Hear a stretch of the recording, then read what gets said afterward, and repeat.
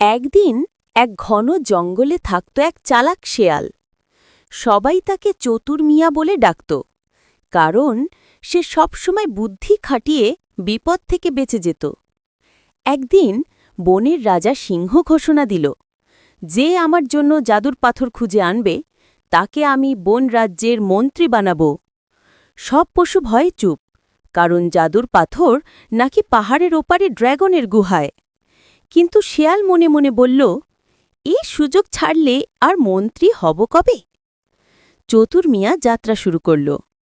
পথে সে দেখল এক কাঁদতে থাকা কাক। কি হয়েছে বন্ধু? জিজ্ঞাস করল শেয়াল। কাক বলল, ড্র্যাগন আমার ডিমগুলো চুরি করেছে।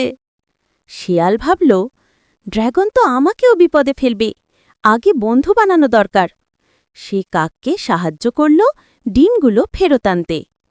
কাক খুশি হয়ে বলল, তুমি যদি বিপদে পড়ো আমার নাম ডাকো, আমি হাজির হব। এরপর শেয়াল পৌঁছাল ড্র্যাগনের গুহায়। ড্র্যাগন তখন ঘুমাচ্ছিল। শেয়াল চুপি চুপি জাদুর পাথর তুলতে গেল, কিন্তু পাথর ছোঁয়ামাত্র শব্দ হল, ঘোর। ড্র্যাগন জেগে উঠল। শেয়াল ভয়ে কাঁপতে কাঁপতে বলল, হে মহান ড্র্যাগন, আমি তোমার গৌরব দেখতে এসেছি। ড্র্যাগন হেসে বলল, তুমি মিথ্যা বলছ, কেউ আমার গুহায় আসে না। ঠিক তখন শিয়াল চিৎকার করে বলল, ও কাক ভাই, এখনই সাহায্য করো। হঠাৎ আকাশ থেকে কাকের দল নেমে এলো। তারা ড্র্যাগনের চোখে ঠোকর দিতে লাগল।